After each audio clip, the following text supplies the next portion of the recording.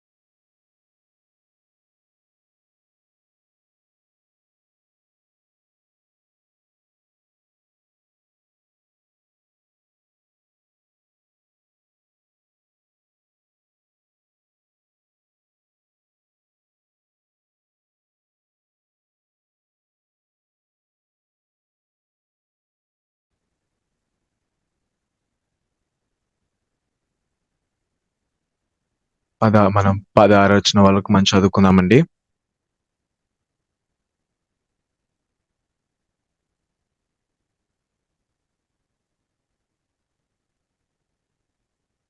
మనం క్రిస్మస్ కంటాటను సిద్ధపరుస్తూ, అలానే మన క్రిస్మస్ కంటాట ఈ ప్రదర్శనలు చేస్తూ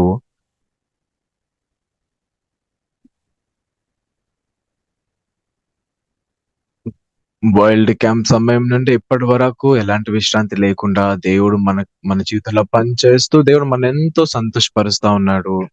నిజంగా మనకి కొద్దిగా కూడా విశ్రాంతి లేకుండా ప్రతిరోజు కూడా దేవుడు మనల్ని ఎంతో సంతోషపరుస్తున్నాడు. దాన్ని బట్టి నేను ఎంతో కృతజ్ఞతలు చెల్లిస్తున్నాను. అలానే దేవునికి ఎంతో దేవుని మహిమ పరుస్తున్నాను.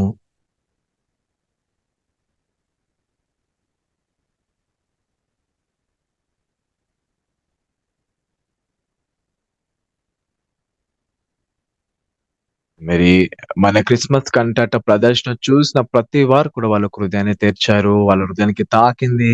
వాళ్ళెంతో సంతోషించారు. చూడ్డానికి సేమ్ ప్రదర్శనలానే కనపడుతుంది. కానీ ఆ కంటాటలో వాళ్ళెన్నో కొత్త మార్పులు తీసుకొనొచ్చారు కాబట్టి ఫిర్యాదు చేయడానికి ఏది లేదు. అందుకని ఆ మ్యూజికల్ పెర్ఫార్మన్స్ కూడా ఎంతో బావుంది. అందరూ కూడా ఎంతో సంతోషించారు. అలానే దేవుడు మనకెంతో ఆనందమైన సమయాన్నిచ్చి, దేవుడు మనందరిని కూడా సంతోషపరిచాడు. అందుకని నేను దేవునికి ఎంతో కృతజ్ఞతలు చెల్లిస్తున్నాను. నేనెంతో సంతోషంగా ఉన్నాను. కృతజ్ఞతలు చెల్లిస్తున్నాను.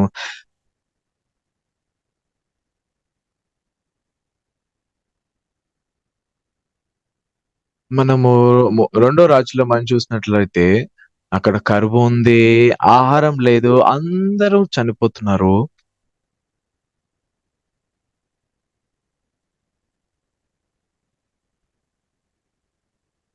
కానీ ఈ చారఫాతు విధవరాలింట్లో తనకు కూడా అదే కరువుంది. కానీ తన ఇంట్లో పిండి అయిపోవట్లేదు. నూనె గూడా అయిపోవట్లేదు.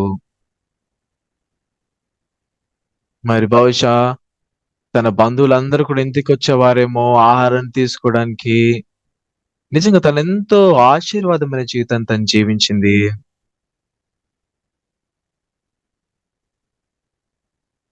తన దగ్గర ఎన్నో కష్టాలున్నప్పటికి కూడా ఆ కష్టాల ద్వారా తను కదిలించబడట్లేదు.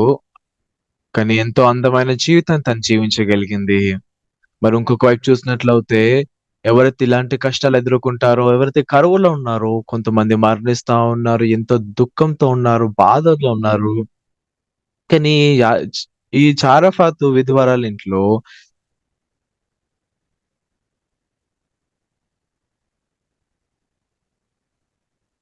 తనింట్లో అన్నిటికన్నా చాలా సంతోషమైన విషయం ఏంటంటే తన ఇంటికి దైవ సేవకుడు రావడము. దేవుని యొక్క వాక్యము ఏలియా దగ్గరకొచ్చింది.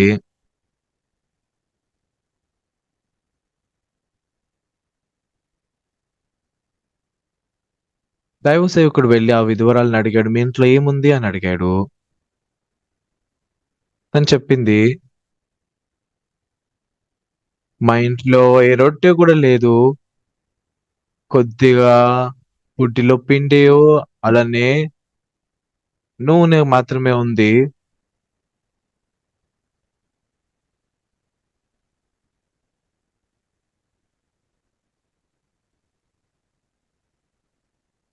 13 వచనంలో చూడండి.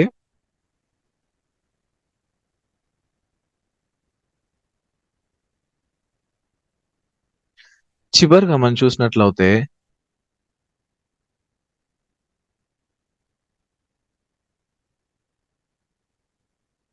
తన దగ్గర కొద్దిగానే తొట్టిలో ఉంది. పిండి ఉంది. అలానే బుడ్డిలో నూనె మాత్రమే ఉంది. అది తిని వాళ్ళు మరణించాలనుకున్నారు. కానీ దైవ సేవకుడు ఏలీయా తన దగ్గరకొచ్చి, "ఆ రొట్టె కేవలం నువ్వు మాత్రమే తినకు కానీ మొదటిగా నాకు తయారు చేసి ఇవ్వు" అని చెప్పాడు.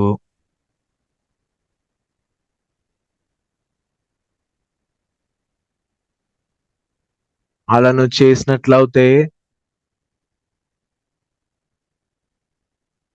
నీ ఇంట్లో తొట్టిలో ఉన్న పిండి తక్కువ కాదు. అలానే బుడ్డిలో నూనె అయిపోదు అని ఎలీషా చెప్పాడు. ఒకరోజు పాస్టర్ గారు ఆయనేమన్నారంటే,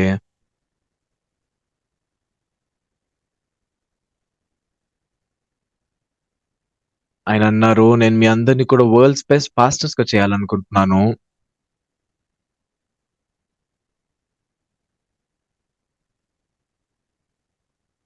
ఆయన మనం ఆయన మనందరిని కూడా వరల్డ్స్ బెస్ట్ పాస్టర్స్‌గా చేయాలనుకున్నాడు. ఉదాహరణకి ఇంట్లో నాన్న ఉన్నారు. అలానే కుమారుడున్నాడు. నాన్న వ్యాపారం చేస్తా ఉన్నాడు. అలానే కుమారుడు గూడా వ్యాపారం చేస్తున్నాడు. వాళ్ళందరూ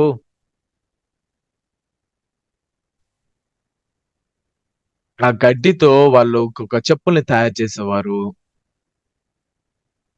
మరి కొడుకు గూడా అదే గడ్డితో చెప్పుల్ని తయారు చేస్తా ఉన్నాడు. కానీ ఆయన వ్యాపారం అనేది సరిగ్గా జరగట్లేదు. అందుకని కుమారుడికి అర్థం కాలేదు. ఏంటి నేను వాడుతున్న పదార్థాలే నాన్న గూడా వాడుతున్నాడు చెప్పులు తయారు చేయడానికి. మరి ఎందుకని మా నాన్న తయారు చేసిన చెప్పులు మాత్రమే కొంటున్నారు. కానీ నేను చేసిన చెప్పులు ఎందుకు కొనట్లేదు? అయితే ఒకరోజు ఆ కుమారుడు నాన్న దగ్గరికి వెళ్లి అడుగుతాడు, "నాన్న ఎందుకని నా వ్యాపారం సరిగ్గా జరగట్లేదు? దయచేసి నాకు నేర్పిస్తావా? ఎలా నేను నా వ్యాపారాన్ని సరిగ్గా చేయగలుగుతానో?" అప్పుడు నాన్న ఏమన్నారంటే, నాన్న ఏమి గూడా ఆయనకి చెప్పలేదు. అలా చాలా సమయం గడిచిపోయింది. నాన్న ఇంకా మరణించే సమయానికొచ్చాడు. అయితే నాన్న చనిపోబోతున్నాడు. అందుకనే కుమారుడు ఎంతో ఆందోళనకు అంటే ఎంతో కంగారు పడతా ఉన్నాడు. ఇప్పుడు మా నాన్న చనిపోతే మళ్ళీ ఎవరు నాకు ఇది తెలిపేది? అలా కుమారుడు వ వాళ్ళ నాన్నని నిద్ర నుంచి లేపుతూ, "నాన్న ఇప్పుడు నువ్వు చనిపోబోతున్నావు. దయచేసి ఇప్పుడే నువ్వు చనిపోయే ముందు నాకు చెప్పు. ఎలా నీ వ్యాపారం అనేది సరిగ్గా జరిగిందనేది నాకు నేర్పించు." ఇంకా చివరగా హ్మ్. నాన్న కుమార్తె చెప్పాడు. ఆయనేమన్నంటే నారా, నారా అని చనిపోయాడు.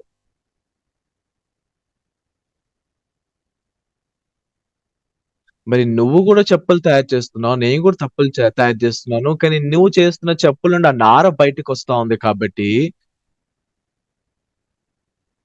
మరి ఏదైతే నార బయటికొస్తుందో నాన్న దాన్ని కట్ చేసి ఆయన అమ్మేవాడు. ఎందుకంటే అలా కట్ చేసి అమ్మితే ప్రజలందరూ గూడా ఎంత సౌకర్యంగా దాన్ని తొడుక్కోగలుగుతారు. కానీ కుమారుడు ఆ నారని బయటికేదైతే నారొస్తుందో నార కట్ చేయకుండా అమ్ముతున్నాడు కాబట్టి ప్రజలెవ్వరు గూడా కొనట్లేదు. మరి మీరు ఈ లోకంలో ఏ విధంగా బెస్ట్ అవ్వగలుగుతారు? ఏదో చాలా పెద్ద భేదం ఉంటుందని కాదు. అది కేవలం ఒక నార తేడా మాత్రమే.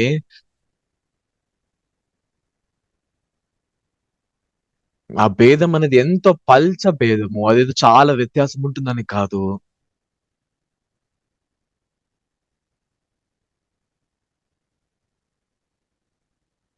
పాస్టర్ ఏమన్నారంటే నా మాటని విని ఎలా ఉందో అలా వెంబడించే వాళ్ళున్నారు. అలానే నా మాట వినకుండా ఎలా ఉందో అలా వాళ్ళు పాటించని వాళ్ళుంటారు అని చెప్పాడు. ఇప్పుడు చూడ్డానికి అంత భేదం అనిపించట్లేదు. అంత వేరుగా అనిపించట్లేదు. కానీ ఎప్పుడైతే ఒక సంవత్సరం గడిచిపోతుందో, 5 సంవత్సరాలు గడిచిపోతుందో ఖచ్చితంగా ఆ భేదాన్ని మనం చూడగలుగుతాము.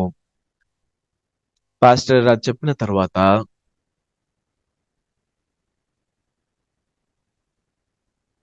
ఆయన ఒక మాట చెప్పాడు. ఆత్మీయ జీవితం అనేది కష్టమైంది కాదు. చాలా సులభమైందని చెప్పాడు.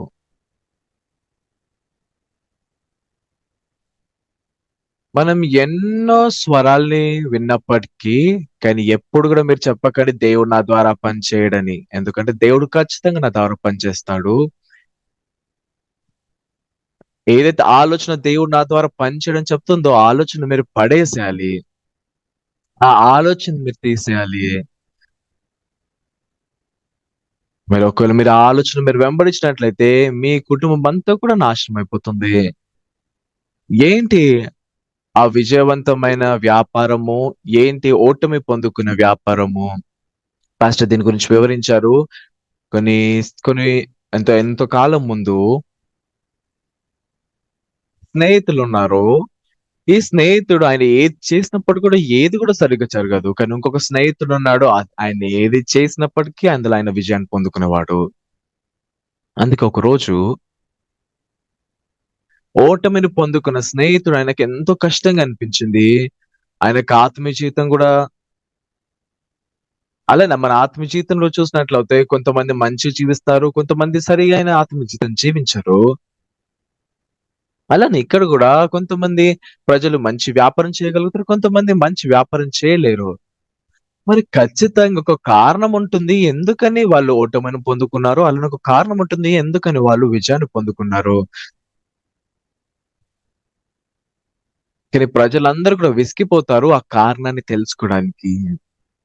అయితే ఈ ఓటమిని పొందుకున్న స్నేహితుడు ఒకరోజు ఆయన ఎంతో కష్టంతో ఉన్నాడు కాబట్టి, ఆ విజయాన్ని పొందుకున్న స్నేహితుని ఇంటికి వెళ్ళాడు.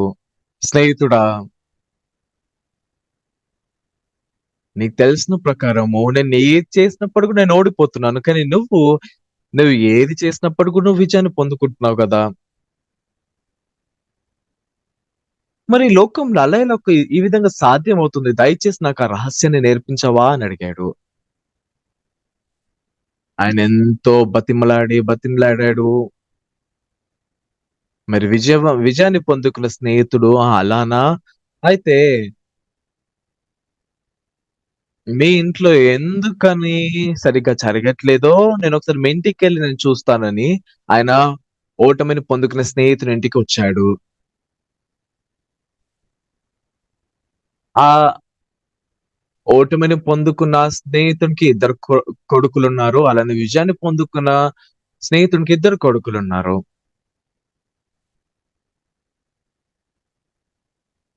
అయితే ఓటమి పొందుకున్న ఆ స్నేహితుడు వాళ్ళ కుమారుడిని పిలిచాడు. అయితే ఇక్కడికి రండి. మీరు ఇంటి పైకి ఒక నిచ్చెనెయ్యండి. నిచ్చెనేసి ఆవుని పైకి నిచ్చెన నుండి పైకెక్కించండి అని చెప్పాడు. అయితే ఈ ఓటమిని పొందుకున్న స్నేహితుడు తన కుమారులను పిలిపించి, "నువ్వు ఆవును తీసుకొని రా. ఆవును తీసుకొని ఆ నిచ్చెనని ఇంటి పైకి ఆ నిచ్చెన పెట్టు. ఆ నిచ్చెన నుండి ఆవుని పైకి పంపించు" అన్నాడు. అయితే ఓటమిని పొందుకున్న కుమారులు అంటే ఓటమిని పొందుకున్న స్నేహితుని కుమారులు వాళ్ళేమన్నారంటే విన్న వెంటనే, "నాన్న నువ్వు చెప్తున్న దానికి ఏమన్నా అర్థముందా? అలలో కావు నిచ్చెన పైకెక్కగలుగుతుంది. అది జరగదు. నువ్వేమనుకుంటున్నావు? నువ్వేం ఆలోచిస్తున్నావు నాన్న" అన్నారు. కానీ నాన్నేమన్నాడంటే, "లేదు లేదు నువ్వు చెయ్యి ఒకసారి మీరు చేసి చూడండి." కానీ కుమారుడు "లేదు లేదు ఇది జరగదు" అని పిల్లలు చెప్తా ఉన్నారు. మళ్ళీ ఒకవేళ జరిగితే "నువ్వే చెయ్యి గదా! మాకెందుకు చెప్తున్నావు" అని పిల్లలు వాదిస్తా ఉన్నారు.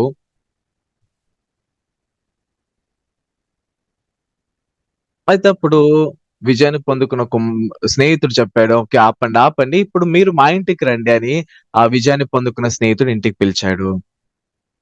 అయితే ఆ విజయాన్ని పొందుకున్న స్నేహితుడు వాళ్ళ కుమారులతో చెప్పాడు,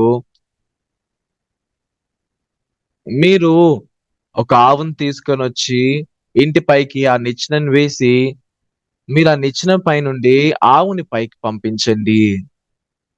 అప్పుడు కుమారులు చెప్పాలా, "నాన్న నువ్వు చెప్తుంటే ఏంటి? అది ఇది అసాధ్యమైంది" అని చెప్పాలి. కానీ వాళ్ళ కుమారులు, "ఆ! సరే నాన్న" అని వాళ్ళు వెళ్లారు.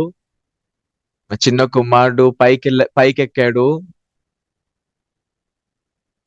ఆహ్, మేడ పైకెక్కాడు. మళ్ళీ కింద నుంచి ఆ పెద్ద కుమారుడు ఆ ఆవుని పైకి నెట్టుతూ నిచ్చెన నుంచి పైకి పంపించడానికి ప్రయత్నిస్తా ఉన్నారు. కానీ ఒక ఆవు నిచ్చెన పైకి ఎక్కగలుగుతుందా?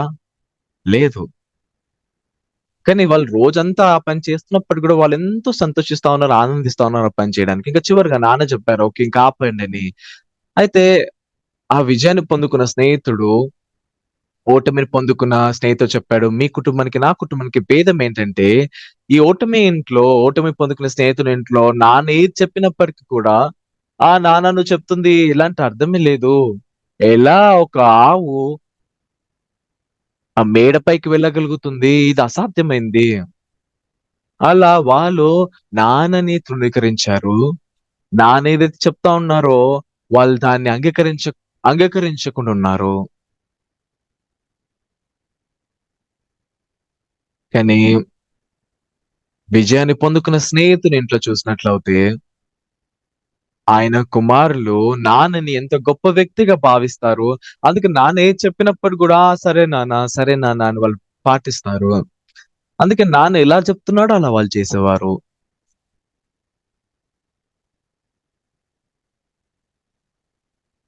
మరి అది ఒక విజయాన్ని పొందుకున్న ఇల్లు, విజయ ఓటమిని పొందుకున్న ఇంట్లో ఉన్న భేదము. మీరు బైబిల్‌లో చూసినట్లయితే మొదటి రాజులు 17 అధ్యాయంలో మరి ఈ కథ మాత్రమే కాదు కానీ, ప్రవక్త శిష్యుని భార్య గురించి గూడా మనం చూడొచ్చు.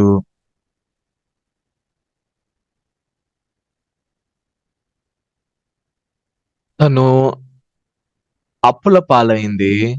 నాకు తెలీదు తనేం జేసిందో, ఎలా తనంత అప్పు తీసుకుందో తెలీదు కానీ చివరగా తన పరిస్థితి అప్పుని తిరిగి చెల్లించలేని స్థితిలో ఒక అప్పుల పాలైంది. చివరగా తన ఇద్దరు కుమారులు ఇంకా వాళ్ళెలాంటి పరిస్థితుల్లో ఉన్నారంటే, అప్పు వారొచ్చి అప్పుల వారొచ్చి ఆ కుమారులను తీసుకొని వెళ్తారు. మరి ఆ అప్పుల వాళ్ళొచ్చి ఆ కుమారులని తీసుకొని వెళ్ళే పరిస్థితికొచ్చారు. కానీ మనం అంత అప్పుల పాలలో లేము గదండీ!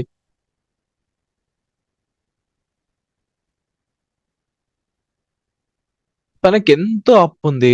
మరి తన హృదయంలో అదెంత నొప్పిగా, ఎంతో బాధగా ఉండొచ్చు. తనెంతో కష్టాలలో ఉంది కాబట్టి, తను ఎలీషాని ఎలీషా దగ్గరికొచ్చింది. తన మాట విని ఎలీషా ఏమన్నాడంటే, "మీ ఇంట్లో ఏముంది?" అని అడిగాడు. అయితే ఆమె చెప్పింది, మా ఇంట్లో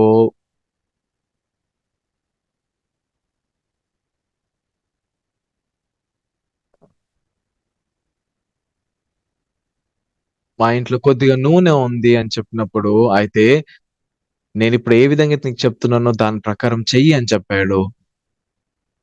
నీ పొరుగు వారింటి అందరి దగ్గరికి వెళ్ళు. అందరి దగ్గరికెళ్ళి ఖాళీ పాత్రలను నువ్వు తీసుకొని రా. చాలా ఎక్కువ పాత్రలని తీసుకొని రా. ఎందుకని? నువ్వు దాన్ని తీసుకొని తలుపులు మూసివేసి, నీ బుడ్డిలో ఉన్న నూనె ఏదైతే ఉందో, ఆ నూనెతో ఆ ఖాళీ పాత్రలలో నువ్వు దాన్ని పోయి. దాన్ని పోసినప్పుడు ప్రతి ఒక్క పాత్ర అనేది నిండిపోతుంది. అన్ని పాత్రలు నిండిపోయిన తర్వాత ఈ నూనెను తీసుకొని వెళ్లి అమ్మి, ఆ డబ్బులతో నీ అప్పులంతా గూడా తీర్చేయొచ్చు.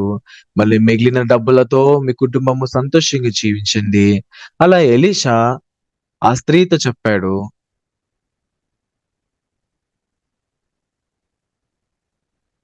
ఎలీషాకి ఎలీషా ఆ స్త్రీకి డబ్బులిచ్చి, నువ్వెళ్లి అప్పునంతా తీర్చేసేయి అని చెప్పలేదు కానీ, ఎలీషా ఏమన్నాడంటే, దైవజనుడైన ఎలీషా ఇలాంటి సహవాసం తనతో చేశాడు. అది విని ఉదాహరణకి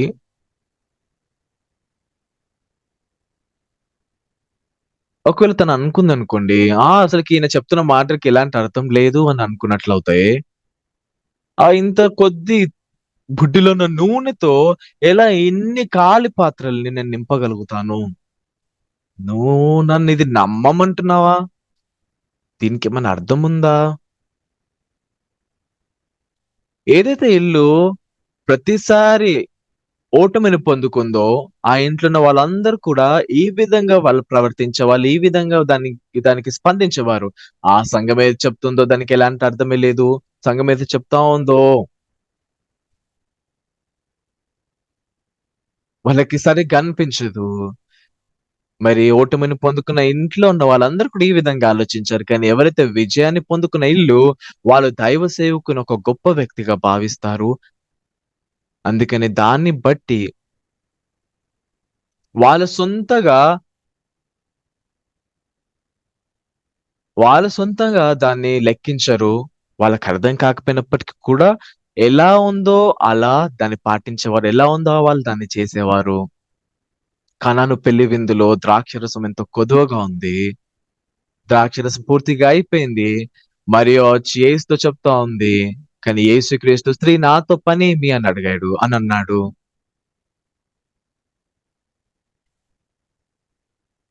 అసలు మీరు ఊహించుకోండి. మీరు పెళ్ళికెళ్లారు. అక్కడ ద్రాక్షరసం అయిపోయింది. మరి ఎంత సిగ్గుకరమైందది. కానీ యేసుక్రీస్తు ఆ మరియతో చెప్తా ఉన్నాడు. "నీతో నాకేం పని" అని చెప్పాడు. అయితే అది విన్నప్పుడు బహుశా యేసుక్రీస్తు ఏం చేయలేడనుకుంటా. ఆయన చెప్తా ఉన్నాడు. నా సమయం ఇంకా రాలేదని అంటే ఇప్పుడు ఆయన సమయం కాదేమో అని ఆ విధంగా వాళ్ళు ఆలోచించేవారేమో. కానీ మరియ ఊరికేనే ఆలోచించలేదు. ఇప్పుడు యేసుక్రీస్తు పని కాదేమో అని ఈ విధంగా ఆలోచించలేదు కానీ, మరియ వెళ్లి దేవుడు పనిచేసే ఆ సమయాన్ని సిద్ధపరిచింది. సేవకులందరిని పిలిచి యేసయ్య ఏదైతే చెప్తున్నాడో, ఏదైతే చేయమని చెప్తున్నాడో ఆ ప్రకారం మీరు చేయండి. దాన్ని అది చూసినప్పుడు మీకెలాంటి అర్థం కాకపోయినప్పటికీ, మీ నమ్మకానికి ఎంతో వేరుగా ఉన్నప్పటికీ, యేసయ్య ఏదైతే చెప్తా ఉన్నాడో దాని ప్రకారం నువ్వు చెయ్యి అని మీరు చేయండని చెప్పింది. ఆ సమయము దేవుడు పనిచేసే సమయము.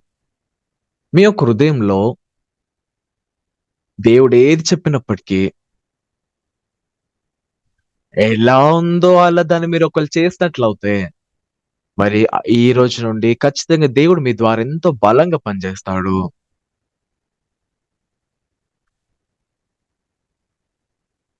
మరి ప్రజలు ఏదైతే కుటుంబము ఓటమిలో ఉందో అసలకి చెప్తున్న మాటకేమైనా అర్థముందా? వాళ్ళకి సంఘాన్ని తృణీకరించే హృదయం ఉంటుంది. అందుకనే వాళ్ళు సరైన ఆత్మీయ జీవితం జీవించలేరు. ఆ సంఘం ఏది చెప్తుంది దానికి ఏం అర్థమే లేదు. ఎలా ఇలా జరుగుతుంది? మరి వాళ్ళు ఏది విన్నప్పటికి కూడా అసలుకి వాళ్ళు ఏం చెప్తున్నారు? సంఘం ఏం చెప్తుంది? అది చెప్తుంది ఏమన్నా అర్థముందా? అది అసాధ్యమైంది. ఇది సాధ్యమైంది కాదు. ఈ విధంగా వాళ్ళు ఆలోచించేవారు. వారెంతో దుష్టులు. వారు దేవుని ద్వారా ఉపయోగించబడలేరు. దేవుడు వాళ్ళ జీవితంలో పంచలేడు.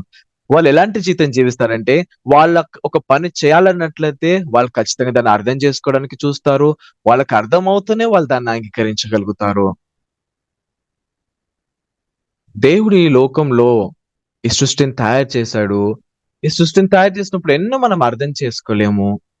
కానీ దేవుడు మన అర్థానికి మించి ఆయన తయారు చేయడం జరిగింది. మీ ఇంట్లో ఏముంది? నా ఇంట్లో బుడ్డిలో కొద్ది నూనె మాత్రమే ఉంది. అయితే నువ్వు వెళ్లి నీ పొరుగు వాళ్ళ దగ్గరికెళ్లి అన్ని పెద్ద పెద్ద పాత్రలు నువ్వు తీసుకొని రా. ఎందుకంటే ఆ పాత్రలన్నిటిని తీసుకొని నువ్వు నూనెను పోసినట్లయితే అన్ని పాత్రలలో నువ్వు నూనెను నింపగలుగుతావు. ఆ నూనెను తీసుకొని వెళ్లి అమ్మి, ఆ డబ్బులతో నువ్వు నీ అప్పును తీర్చి మిగిలిన డబ్బులతో నువ్వు నీ కుమారులు సంతోషంగా జీవించండి. ఇది చూడ్డానికి ఇదెంతో చాలా సులభమైంది. కానీ ఒకవేళ తననుకున్నట్లయితే, ఏంటి ఇంత చిన్న బుడ్డిల నుండి నూనె అలా ఎలా ఇన్ని గిన్నెలు నింపగలుగుతాము అని ఒకవేళ తను ఆలోచించినట్లయితే, తను పొరుగు వాళ్ళ ఇంటికి వెళ్లి ఆ పాత్రలు తీసుకొనొచ్చేది కాదు. ఒకవేళ తను అలాంటి ఆలోచన వెంబడించినట్లయితే తన ఇద్దరు కుమారులు బానిసలుగా తీసుకొని వెళ్ళిపోయేవారు. తనెంతో దుఃఖంతో ఉండేది. తనకు కేవలము ఆ ఫిర్యాదు మాత్రమే ఉండేది. నా భర్త సంఘంలో ఉండేవాడు. సంఘంలో ఒక సేవకుడు. మరి దేవుడు నాకెందుకని సహాయపడట్లేదు, నాకెందుకు సహాయపడట్లేదు, ఎందుకని కేవలం దేవుడు నా జీవితంలో ఈ కష్టాలనిస్తున్నాడు. అలా దేవుని పట్ల ఫిర్యాదు కలిగి ఉంటారు. దేవుని వ్యతిరేకిస్తారు. అవునా? అందుకని వాళ్ళకి ఆత్మీయ జీవితం అనేది ఏ మాత్రము ఆసక్తి కనిపించదు. ఎందుకంటే వాళ్ళ జీవితంలో దేవుడు పని చేస్తున్నట్టు చూడలేరు కాబట్టి. దేవుని పనే వాళ్ళు చూడట్లేరు కాబట్టి. ఎలా ఒక ఎలా దేవుడు పని చేయగలుగుతాడు? మరియ చెప్తున్న ప్రకారము యేసయ్య ఎలా అయితే చెప్తున్నాడో ఆ ప్రకారం మీరు చెయ్యండి. దైవ సేవకుడు చెప్తున్న ప్రకారము వెళ్లి మీరు చేయండి. నూనెను తీసుకొని మీరు గిన్నెలో నింపండి. దేవుడు నేరుగా మన జీవితంలో దేవుడు మన జీవితంలో నేరుగా పని చేయడు కానీ సంఘం ద్వారా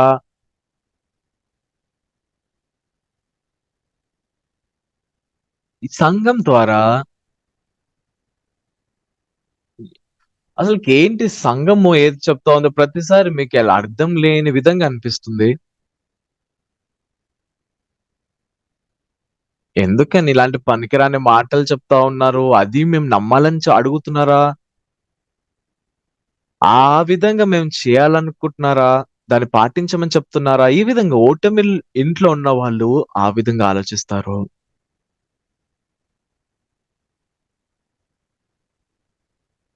మన సంఘంలో ఏవైతే మనం చేస్తామో అన్నీ కూడా మనము హ్మ్. నమ్మశక్యంగా అనిపించదు. అందుకని మనం ప్రతిసారి సంఘాన్ని తృణీకరిస్తాము. కానీ సంఘం ఏదైతే చెప్తుందో ఆ ప్రకారం నువ్వు చేసినట్లయితే అది సరి అయినప్పటికీ, సరిగా కనిపించకపోయినప్పటికీ మీరెప్పుడైతే పాటిస్తారో అది చేసిన తరువాత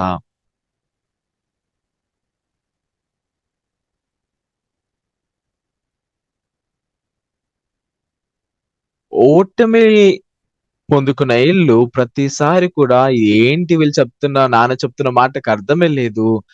ఆ విధంగా ప్రతిసారి స్పందించేవారు.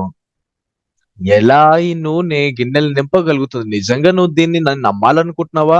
ఒకవేళ నువ్వు అలా చేయాలన్నట్లయితే నువ్వు చేసుకో. నేనది చేయలేను. ఎందుకంటే వాళ్ళ దృష్టికి ఇది జరుగుతుంది అన్నట్టు అనిపించదు. ఎందుకంటే వాళ్ళు దాన్ని నమ్మట్లేరు కాబట్టి. ఈ ఖాళీ పాత్రలన్నీ కూడా నూనె ద్వారా నిం నింపబడతాయి అని తను నమ్మినట్లయితే తనెంతో సంతోషించేది వెళ్లి ఖాళీ పాత్రలను తీసుకొనొచ్చేటప్పుడు. కానీ సమస్య ఏంటంటే తను ఒకవేళ దాన్ని నమ్మలేనట్లయితే తనెంతో విసిగిపోయేది. ఏంటి ఈ దైవ సేవకుడు చెప్తున్న దానికి అర్థమే లేదు అని. మరి తను వెళ్లి ఖాళీ పాత్రలను తీసుకొని వచ్చేటప్పుడు అందరూ గూడా తన పట్ల ఫిర్యాదు హృదయం కలిగి ఉండొచ్చు. అసౌకర్యమైన హృదయం కలిగి ఉండొచ్చు. ఇక్కడ మనం చూసినట్లయితే 3 సంవత్సరాల నుండి కరువుంది. అందడు అందరూ కూడా ఆకలితో వాళ్ళు చనిపోబోతున్నారు. కానీ చివరగా మనం చూసినట్లయితే చివరగా ఈ విధవరాలు తన కుమారుడితో పాటు ఆ చిన్న రొట్టెని తిని చనిపోవాలనుకుంది.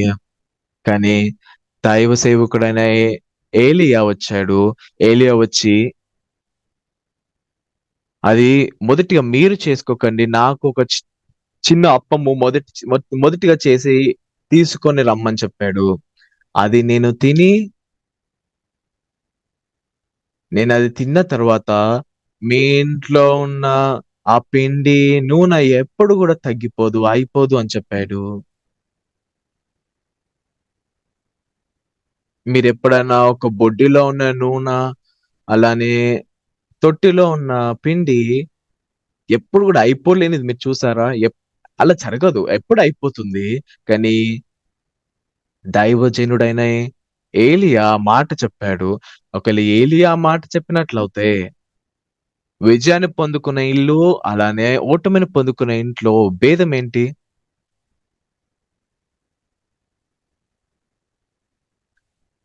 నాన్న చెప్తున్న మాటని ఎప్పుడైతే ఓటమిని పొందుకుని ఇంట్లున్న కుమారులు విన్నారో, ఆ నాన్న నువ్వు చెప్తున్న మాటకి ఎలాంటి అర్థమే లేదు.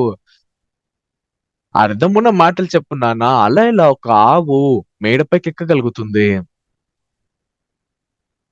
కానీ సమస్యేంటంటే, ఈ కారణం బట్టి ఆ ఇల్లు ఓటమిలో ఉంది. కానీ విజయాన్ని పొందుకున్న ఇంట్లోకి వెళ్ళినట్లయితే, నాన్న కుమారుడిని పిలిచినప్పుడు, "ఆ! నాన్న చెప్పండి. అక్కడున్న ఆవును ఇక్కడ తీసుకొని రా" అన్నప్పుడు పిల్లలు వెళ్లి తీసుకొనొస్తారు. ఆహ్, ఒక నిచ్చెనను పెట్టు అన్నప్పుడు, "ఆ! అలాగే నాన్న" అని పెడతారు. మీరు ఆవును పైకెక్కించనన్నప్పుడు వాళ్ళలా చేసేవారు. మళ్ళీ భార్య చెప్తా ఉంది, ఆయన ఏది చెప్తా ఉన్నాడో దాని ప్రకారం మీరు చెయ్యండి. అదే సమయము దేవుడు పని చేయడానికి. ఆ! దేవా నా జీవితంలో పని చేయండి. మీరు దేవుడిని అలా నిజాయితీ హృదయంతో అడగడం కన్నా, మొదటిగా సంఘం ఏది చెప్తా ఉందో, దేవుడు ఏది చెప్తా ఉన్నాడో, మనమందరము హృదయాన్ని ఏకం చేసుకొని మనం చేద్దాము. మీరు అలాంటి హృదయం మీరు కలిగి ఉన్నట్లయితే, అప్పుడు మీ జీవితంలో ఈ రోజు నుంచి దేవుడు ఎంతో బలంగా, ఎంతో శక్తివంతంగా మీ జీవితంలో పనిచేస్తాడు. ఆత్మీయ జీవితానికి ఒక మార్గం అనేదుంది. మీరు సంఘానికి ప్రతిరోజు వెళ్ళడము, మీరెంతో కష్టపడి వాక్యాన్ని బోధించడము ఇది ప్రాముఖ్యమైనది కాదు కానీ ఆత్మీయ జీవితము జీవించడానికి ఒక హృదయం ఉంది. దేవుడు ఈ హృదయం ద్వారా దేవుడు పని చేయలేడు. ఇంకొక హృదయం ఉంది. హృదయం ద్వారా దేవుడు పని జేస్తాడు. ఇక్కడ చూసినట్లయితే అందరూ గూడా ఒకటే కరువును పొందుకున్నారు.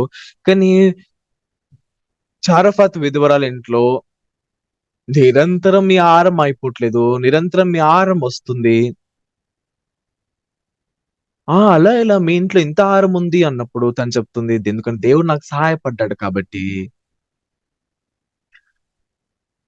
మీరు ఊరికేనే ఇక్కడి నుంచి ఆ పిండిని తీసుకొని వెళ్ళిపోవద్దు. అందుకని మొదట ఆ పిండి తీసుకొని వెళ్ళాలన్నట్లయితే నేను దేవుని ఒక వాక్యం చెప్తాను. మీరు ఆ వాక్యం వినండి. అప్పుడు తీసుకొని వెళ్ళండి. మరి అందరూ కూడా ఒకటే పరిస్థితిలో ఉన్నారు. కానీ విధవరాలింట్లో ఎంతో ఆహారం ఉంది. మరి అలానే మనము షోమ్రోను పట్టణంలో చూసినట్లయితే వాళ్ళ కరువులో ఉన్నారు కాబట్టి, వాళ్ళు స్త్రీలు ఈరోజు నా బిడ్డను తిందాము, రేపు నీ బిడ్డను తిందాము అని ఈ విధంగా మాట్లాడుకుంటూ ఎంతో కష్టాలలో, ఎంతో శ్రమలలో వాళ్ళున్నారు. ఇది చాలా సులభమైంది. ఏదో చాలా పెద్ద భేదం ఉంది కాబట్టి వాళ్ళ జీవితం వేరుగా ఉందని కాదు. అది కేవలం ఒక పేపర్ మందమంత మాత్రమే. నేనేదైతే చెప్తున్నానో, ఎలా ఉందో అలా దాన్ని విని దాని ప్రకారం చేయండి. అలా చేసేవాళ్ళు కొంతమందుంటారు. కానీ ఓటమిని పొందుకునే ఇంట్లో ఏ ఆయన చెప్తున్న మాటలకి ఎలాంటి అర్థమే లేదు. మరి అలా మీరు ఆదివారము ఎందుకని మనము ఆదివారము ఆరాధన చేస్తాము? ఒక కారణం ఉంది మనం ఆరాధన చేయడానికి. వాక్యాన్ని విన్న తర్వాత, ఒక గంట వాక్యాన్ని విన్న తర్వాత, మన హృదయంలో ఏంటి ఆ తప్పు అనేది మనము గ్రహించగలుగుతాము, తెలుసుకోగలుగుతాము, దాన్ని సరిచేసుకోగలుగుతాము.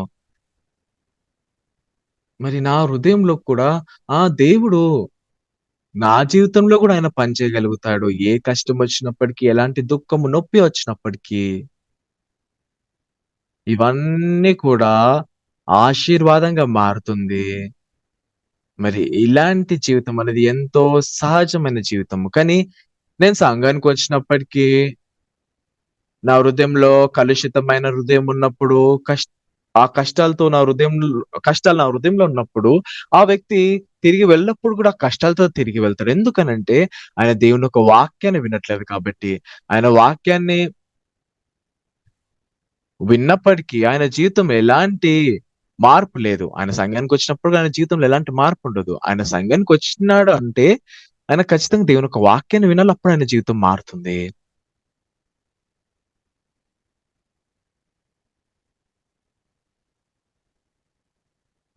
బైబిల్‌లో విజయాన్ని పొందుకున్న ఇల్లు, ఓటమిని పొందుకున్న ఇల్లు ఈ 2 గూడా ఎంతో స్పష్టంగా విభజించబడింది. ఎందుకని ఒక ఇల్లు విజయాన్ని పొందుకుంది? ఎందుకని ఒక ఇల్లు ఓటమిని పొందుకుంది? ఈ కథ నా హృదయాన్ని చూయించింది. నేనెలా సంఘంలో జీవిస్తున్నాను అని. నేను ఓటమిని పొందుకున్న కుమారులాంటి జీవితం జీవిస్తున్నానా? లేదా విజయాన్ని పొందుకున్న కుమారులాంటి జీవితం నేను జీవిస్తున్నానా? నేను ఒకవేళ ఓటమిని పొందుకున్న పిల్లల లాంటి హృదయం నేను కలిగున్నట్లయితే, నేను నా హృదయాన్ని నేను తిప్పుకోవాలి. ఆ మారు మనసు పొందుకోవాల్సిన సమయము. యేసయ్య ఏది చెప్తా ఉన్నాడో దాని ప్రకారం నువ్వు చెయ్యండి. మీరు చెయ్యండి.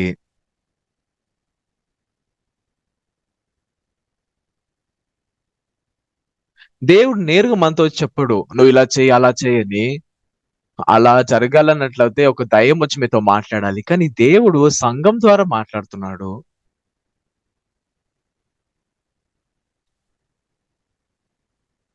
ఆయన ఏది చెప్పినప్పటికి కూడా, "ఆ! అలాగే నాన్న" అని మీరు చెప్పండి.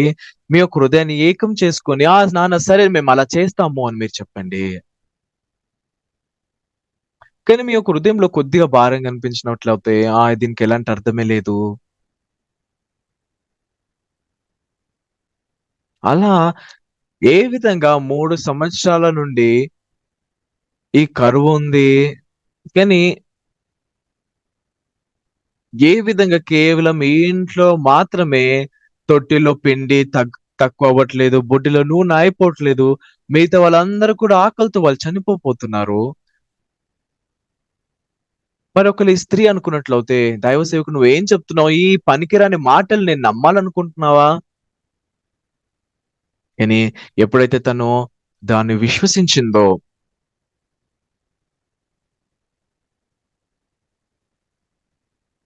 ఈ ఆహారం అనేది ఎప్పుడు గూడా అయిపోవట్లేదు.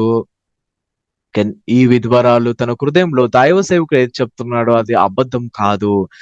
మొదటిగా నేను దైవ సేవకుడి కోసం ఈ అప్పాన్ని చేస్తాను. దాని తర్వాత నా ఇంట్లో ఉన్న ఆ పిండి, నూనె ఎప్పుడు గూడా తగ్గదు. ఒకవేళ తనది నమ్మినట్లయితే అది అది ఊహించుకుంటూ దైవ సేవకునికి అప్పం చేస్తున్నప్పుడు తనకెంతో సంతోషంగా అనిపించేది. కానీ ఒక సమస్య ఏంటంటే, ఒకవేళ తను దాన్ని నమ్మలేనట్లయితే తనెంతో విసిగిపోయేది. ఏంటి దైవ సేవకుడు చెప్తున్న దానికి ఏమన్నా అర్థముందా? 3 సంవత్సరాల నుండి ఈ కరువులో ఉన్నాము. అందరూ ఆకలితో చనిపోతున్నారు. ఎంత ఈ నూనె వాడుతున్నప్పటికి కూడా ఈ నూనె తగ్గిపోదా? ఎంత ఉపయోగించినప్పటికీ ఈ పిండి తగ్గిపోదా? అసలకేం మాట్లాడుతున్నాడు? ఈ పనికిరాని మాటలు వినడం కన్నా, ఈ అప్పం నేను చేసుకొని తిని చనిపోవడం మంచిది. ఒకవేళ అతను కేవలము ఆ అప్పాన్ని తన కుమారుతో కలిసి తిన్నట్లయితే, ఎంతకాలం వాళ్ళు ఆ చిన్న అప్పంతో జీవించగలుగుతారు? కొన్ని రోజులైన తర్వాత తన కుమార్తె చనిపోయేది. తను చనిపోయే ముందు ఎలాంటి హృదయంతో చనిపోయేది? దేవుడు నాకు సహాయపడలేదు అని ఫిర్యాదు హృదయంతో తను చనిపోయేది. ఎందుకని దేవుడు నా జీవితంలో పని చేయట్లేదు? ఎందుకని దేవుడు నాలో పని చేయట్లేదు? ఈ ఈ భాగం అనేది ఎంతో వేరుగా ఉంది. నేనెంతో తప్పైన ఆత్మ జీవితం జీవిస్తా ఉన్నానా? నాన్న నువ్వు చెప్తున్న మాటకి ఎలాంటి అర్థమే లేదు. ఏం మాట్లాడుతున్నావు? దానికి అర్థమేంటి?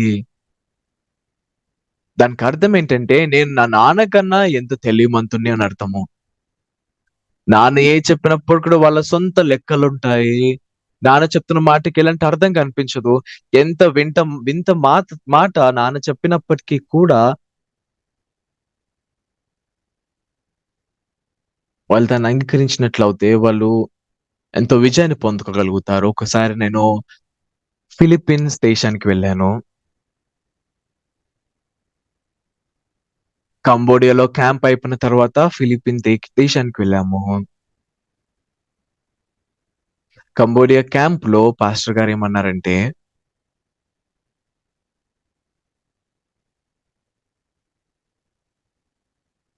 అక్కడ పాస్టర్ గారికి ప్రైమ్ మినిస్టర్ కొడుకుని కలవాల్సిన ఒక అపాయింట్‌మెంట్ దొరికింది. ఉదయము మేము ఈత కొట్టడానికి పాస్టర్‌తో పాటు స్విమ్మింగ్ పూల్‌కి వెళ్ళాము. స్విమ్మింగ్ పూల్ అయిపోయిన తర్వాత కొద్దిగా ఆలస్యం అయిపోయింది.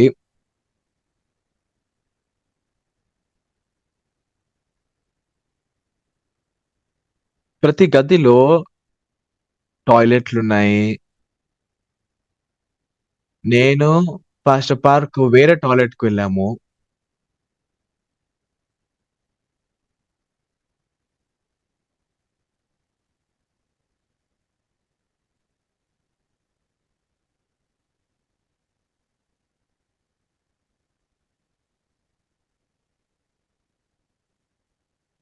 పాస్టర్ ఏమన్నారంటే, "ఏది మంచిగా ఉందో, సౌకర్యంగా ఉందో అలాంటి ప్రదేశానికి నువ్వు వెళ్లి స్నానం చేసుకో. అలాంటి స్థలానికెళ్ళి నువ్వు స్నానం చేసుకో.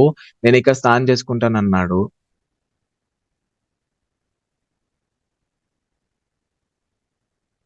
అయితే పాస్టర్‌ని అడిగాను. "పాస్టర్ మీ దగ్గర టవల్ ఉందా? పాస్టర్ మీ దగ్గర షాంపూ ఉందా? సబ్బు ఉందా పాస్టర్" అన్నప్పుడు పాస్టర్ ఏమన్నారంటే, "లేదు లేదు. ఫస్ట్ నువ్వు ఉపయోగించిన తర్వాత నాకివ్వు. ఫస్ట్ నువ్వు వెళ్లి ఉపయోగించుకో" అని చెప్పాడు. అలా ఆ విధంగా మీరనుకుంటున్నారా? నేనంత మంచి వ్యక్తిని కాదు కానీ, ఒకవేళ పాస్టర్ కన్నా ముందు నేను అది ఉపయోగించుకోవాలనుకున్నట్లయితే నేను సౌకర్యంగా ఉపయోగించగలుగుతాను. నేను ఉపయోగించలేనలా. అందుకనే ఆయన ఏది చెప్తున్నాడో అది ఎలా ఉండాలో నేను దాన్ని అంగీకరించలేకపోతున్నాను. మేము కలిసి తింటున్నాము.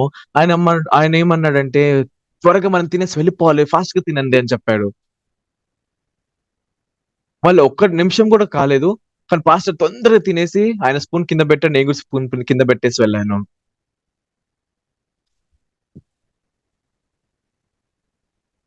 ఇట్లా మేము వెళ్ళిన వెంటనే సామాన్యం ఆళ్ళందరొచ్చి కూడా వెంటనే ఆ టేబుల్ అంతా కూడా అరేంజ్ చేసేసారు. ఎందుకంటే ఆ వీఐపీ టేబుల్ అక్కడ ఎక్కడైతే వెళ్ళాలో ఆ వెన్యూలో వాళ్ళు అరేంజ్ చేయాలి.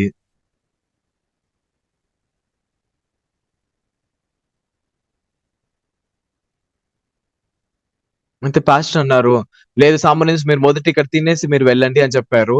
కానీ వాళ్ళు అది వినకుండా వాళ్ళన్నీ అరేంజ్ చేసి వెళ్తున్నారు. నేను చెప్పాను, "లేదు పాస్టర్ చెప్పారు. మీరు ఫస్ట్ తిని మీరు వెళ్ళమని చెప్పారు గదా!" "అయ్యో! పాస్టర్ మన దగ్గర సమయం లేదు పాస్టర్." కానీ మళ్ళీ చెప్పాను, "లేదు పాస్టర్ చెప్పారు మీరిక్కడ కూర్చొని తిని వెళ్ళమని."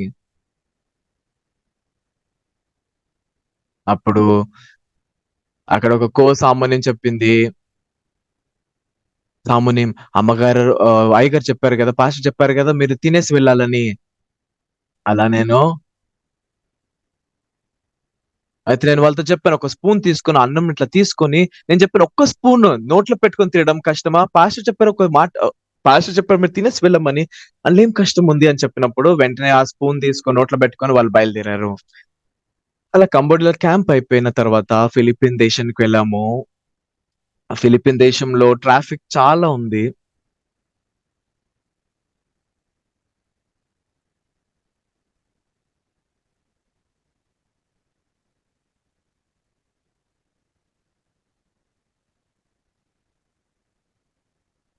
అక్కడ పాస్టర్ అక్కడ చెక్ ఇన్ అయిపోయిన తర్వాత కూర్చున్నారు. మా ట్రాలీస్ అన్ని చేతిలో పట్టుకున్నాము. చాలా మందున్నారక్కడ. మేము నిల్చొనున్నాం కాబట్టి పాస్టర్ అన్నారు, "లే ఇక్కడొచ్చి కూర్చొని" అని పిలిసినప్పుడు మేమందరం వెళ్లి కూర్చున్నాము. పాస్టర్ పక్కన ఒక మహిళ కూర్చుంది మినీ స్కర్ట్ ఏసుకొని.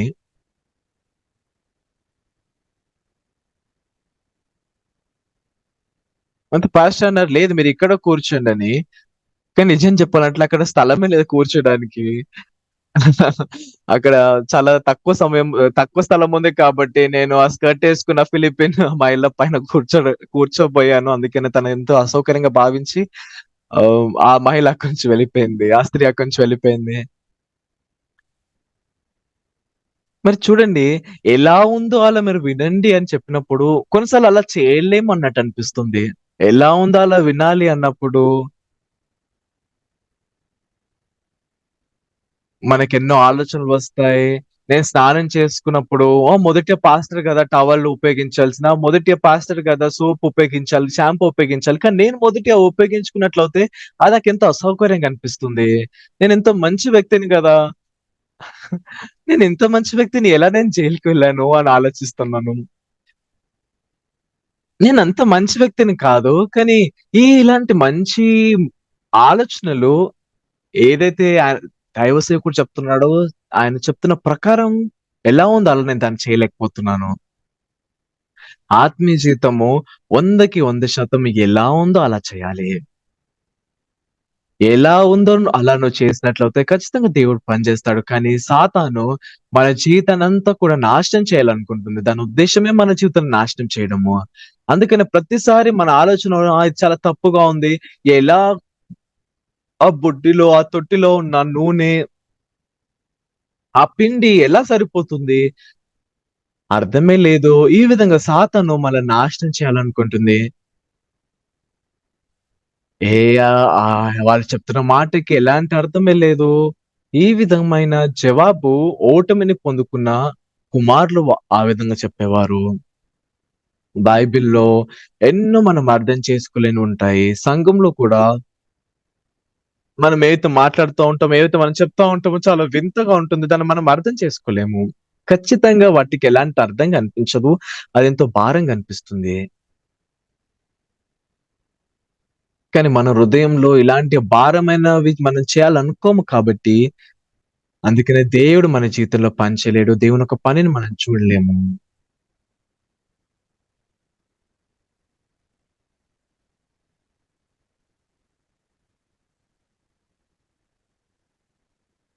ఆయన మన జీవితంలో పని చేసే సమయాన్ని మనము సిద్ధపరచాలి.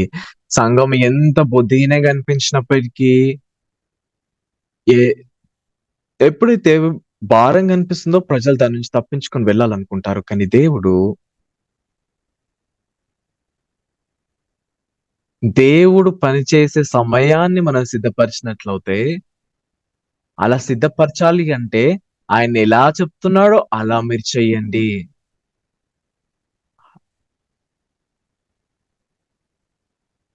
అందుకని ఆయన సమయం అనేది సిద్ధపరచబడి ఉంది కాబట్టి ఆయన ఏది చేసినప్పటికీ, ఆయన ఏది చెప్పినప్పటికి మీరు దాన్ని చేసినప్పుడు ఖచ్చితంగా దేవుడు మీ జీవితంలో పని చేయగలుగుతాడు. కానీ సాతాను ప్రతిసారి ఆయన చెప్తున్న మాటకి అర్థమే లేదు. వాళ్ళెలాంటి వారంటే ఓటమిని పొందుకున్న ఇంట్లో ఉన్న లాంటి వారు.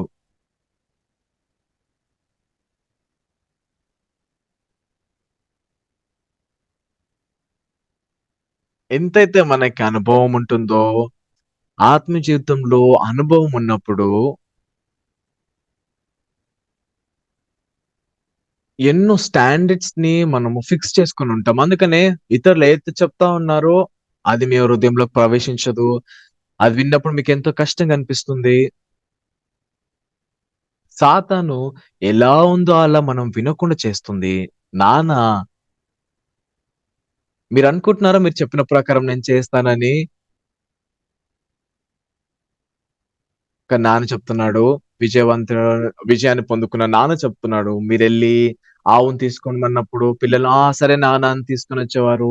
నిచ్చెనని వేయండి అన్నప్పుడు నిచ్చెనని వేసేవారు. ఈ విధంగా విజయాన్ని పొందుకున్న ఆ ఇంట్లో ఉన్న కుమారులు ఆ విధంగా వాళ్ళు జీవిస్తా ఉన్నారు. ఆ విజయం అనేది ఎక్కడి నుంచొస్తుందంటే, వినడం ద్వారా ఆ విజయం వస్తుంది. పాస్టర్ నాతో ఏమన్నారంటే, "ఈ సంవత్సరంలో కొరియా దేశంలో ఉన్న అన్ని జైళ్ళల్లో చెరసాలల్లో నువ్వెళ్లి పని చేయాలి అని చెప్పాడు. నేను ఒకరోజు మొక్పో అనే ప్రాంతానికి వెళ్ళాను.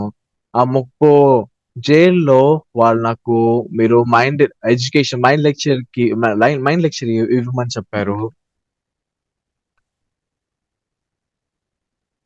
అయితే ఆ జైల్‌లో ఉన్న ఆఫీసర్ ఏమన్నారంటే ఎంతమంది ఇన్‌చార్జెస్ అలానే ఖైదీలు వాళ్ళొస్తారో వాళ్ళకి ఈ క్యారెక్టర్ లెక్చర్స్ ఇవ్వండి అని చెప్పారు.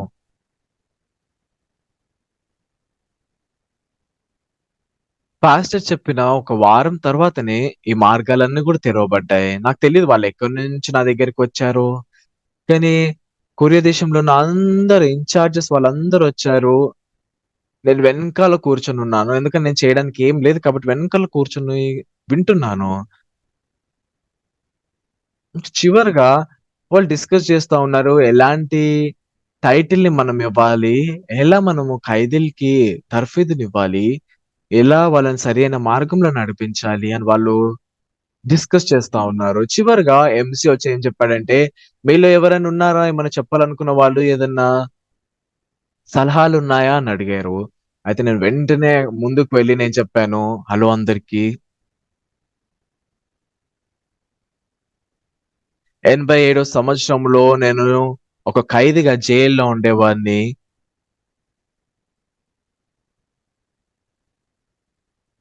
15 సంవత్సరాల వరకు నేను జీవించాను. కానీ నేను జైలు నుంచి బయటికొచ్చిన తర్వాత ఎంతో సంతోషమైన జీవితాన్ని నేను జీవిస్తా ఉన్నాను."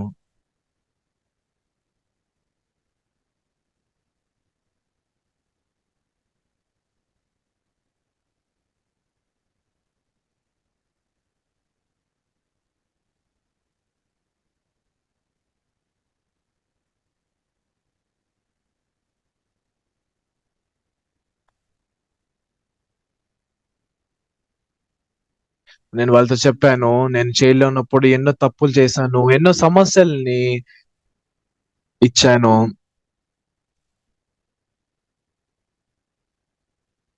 మరి నేను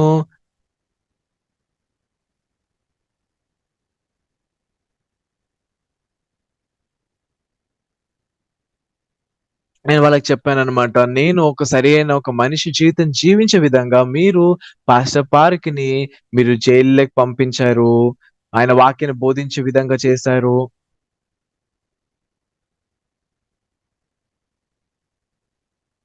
ఆ విధంగా మీరు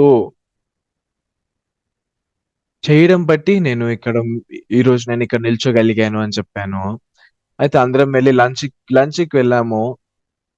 లంచ్‌కి వెళ్ళినప్పుడు అక్కడ ప్రిజన్ గార్డ్ ఉన్నాడు. ప్రిజన్ గార్డ్ వచ్చి నా దగ్గరకొచ్చి చెప్పాడు, "20 సంవత్సరాల నుండి నేను ఈ పనిని చేస్తున్నాను. నేను ప్రతిసారి గూడా ఆలోచించేవాడిని. ఎప్పుడు ఈ పని ముగించబడుతుంది? ఎప్పుడు ఈ పని అయిపోతుంది? అని ఆలోచించేవాడిని. ఎందుకంటే నేను ఈ జైల్‌లో ఉంటూ ఈ పని చేయడం అనేది నాకే మాత్రం కూడా సంతోషంగా అనిపించట్లేదు. కానీ ఈరోజు నా ఆలోచనను మార్చుకున్నాను నీ మాట విని" అని చెప్పాడు.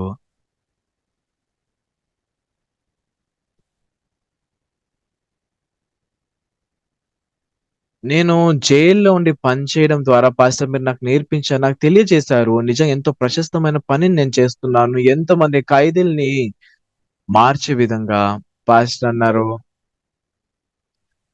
అయితే ఆ వ్యక్తి అన్నారు, "పాస్టర్ మీరు దయచేసి మళ్ళీ మీరు జైలుకి రావద్దు.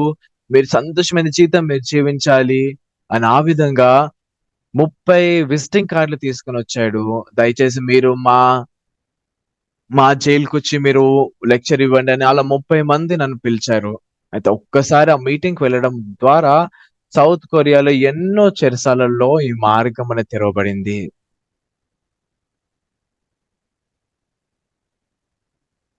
అందుకే నాకనిపించింది ఎంత బుద్ధిహీనుడైనప్పటికీ పాస్టర్ పార్క్ ఏదైతే చెప్తున్నాడో దాని ప్రకారం మనం చేయాలి. ఖచ్చితంగా దేవుడు పనిచేస్తాడు.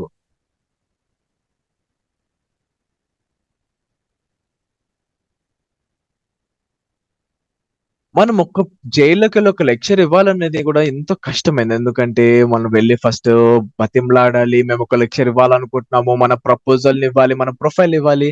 కానీ దేవుడు మనల్ని ఏ విధంగా అయితే మనల్ని నడిపిస్తా ఉన్నాడో, ఎలా ఉందో అలా దాన్ని వినే విధంగా దేవుడు మనల్ని నడిపిస్తున్నాడు. ఎప్పుడైతే నేను అది విన్నానో నా జీవితం అంతా కూడా మారిపోయింది. ఇక్కడ చారఫాతు విధవరాలుంది. ఏ విధంగా అయితే దేవుడు ఈ స్త్రీ జీవితంలో పనిచేస్తాడో, అలానే మీ అందరి జీవితంలో కూడా పనిచేయాలనుకుంటున్నాడు. దేవుడేదైతే చెప్తున్నాడో దాని ప్రకారం ఎలా ఉందో అలా మీరు చేయండి. ఈ సమయము దేవుడు పనిచేసే సమయము. దేవుడు పనిచేసే సమయాన్ని మీరు సిద్ధపరిచినట్లయితే, మీ హృదయాన్ని ఎప్పుడైతే మీరు ఆ విధంగా తయారు చేసుకుంటారో, ఆ విధంగా ఆ సమయమున దేవుడు ఖచ్చితంగా మీ జీవితంలో పనిచేస్తాడు.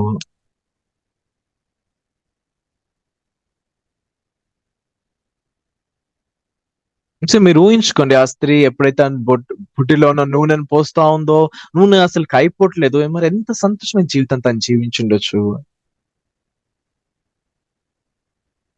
తను మారుమనసు పొందుకుంది. దేవా నేనెంతో సంతోషంగున్నాను. నేననుకున్నాను అప్పని నేను నా కుమార్తెని చనిపోవాలనుకున్నాము. కానీ దేవా నువ్వు మమ్మల్ని ఎంతో ఆశీర్వదిస్తున్నావు. నీకెంత కృతజ్ఞతలు. దేవా ఇప్పటి వరకు గూడా ఎంతో దుష్టమైన జీవితాన్ని జీవించాము. కానీ దేవా నువ్వు చెప్తున్న వాక్యాన్ని ఎలా ఉండాలో నేను దాన్ని నమ్మినప్పుడు నేననుకున్నాను ఎంతో తెలివిమంతురాలిని. ఆయన ఏది చెప్తున్నా దానికి ఎలాంటి అర్థం లేదు. ఇలాంటి ఆలోచన కలిగి ఉన్నాను కాబట్టి నా కుటుంబం అంతా కూడా ఎంతో కష్టాలలో ఉంది. నేను సంఘాన్ని గూడా ఎంతో కష్టపెట్టాను. కానీ నా హృదయాన్ని నేను మార్చుకున్నాను.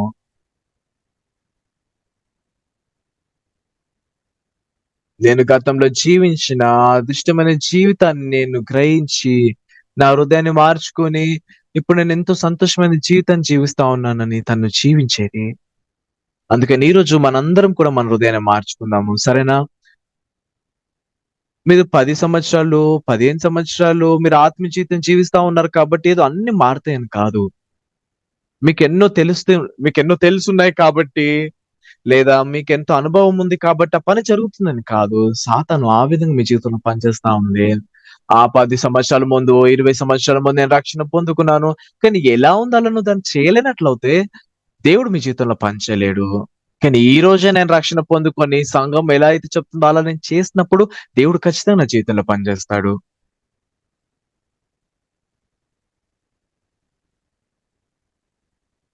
దేవుడు మనల్ని ఎలా నడిపిస్తున్నాడనేది మనం దాన్ని అర్థం చేసుకోలేము. దేవుడు ప్రతిసారి గూడా మీకు అర్థం కాని విధంగా దేవుడు మీ దగ్గరకొస్తాడు. ఎలా నూనె ఎంత పోసినప్పటికి కూడా అయిపోదు. ఎలా ఒక పిండి ఎంత ఉపయోగించినా గాని అయిపోదు. కానీ దేవుడు ఆ పనిని చేయగలుగుతాడు.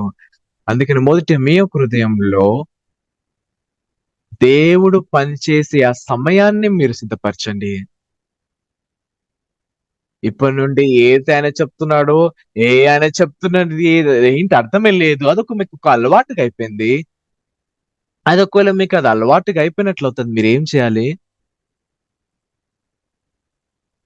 ఒకవేళ మీ ఇంట్లో భార్య ఆ విధంగా మాట్లాడినట్లయితే, మీ భార్య మూతి మీద కొట్టాలి.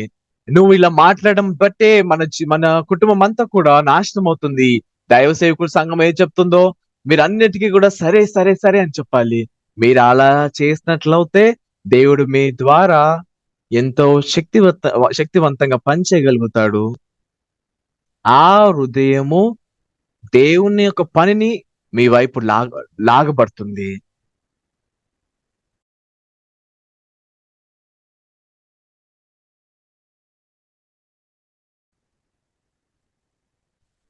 ఒకవేళ మీరు చెప్పినట్లయితే, ఏంటి ఈ మాటకి ఎలాంటి అర్థమే లేదు. ఈ విధంగా మీరు జీవించినట్లయితే, ఓటమిని పొందుకునే జీవితంలోకి మీరు వెళ్తారు.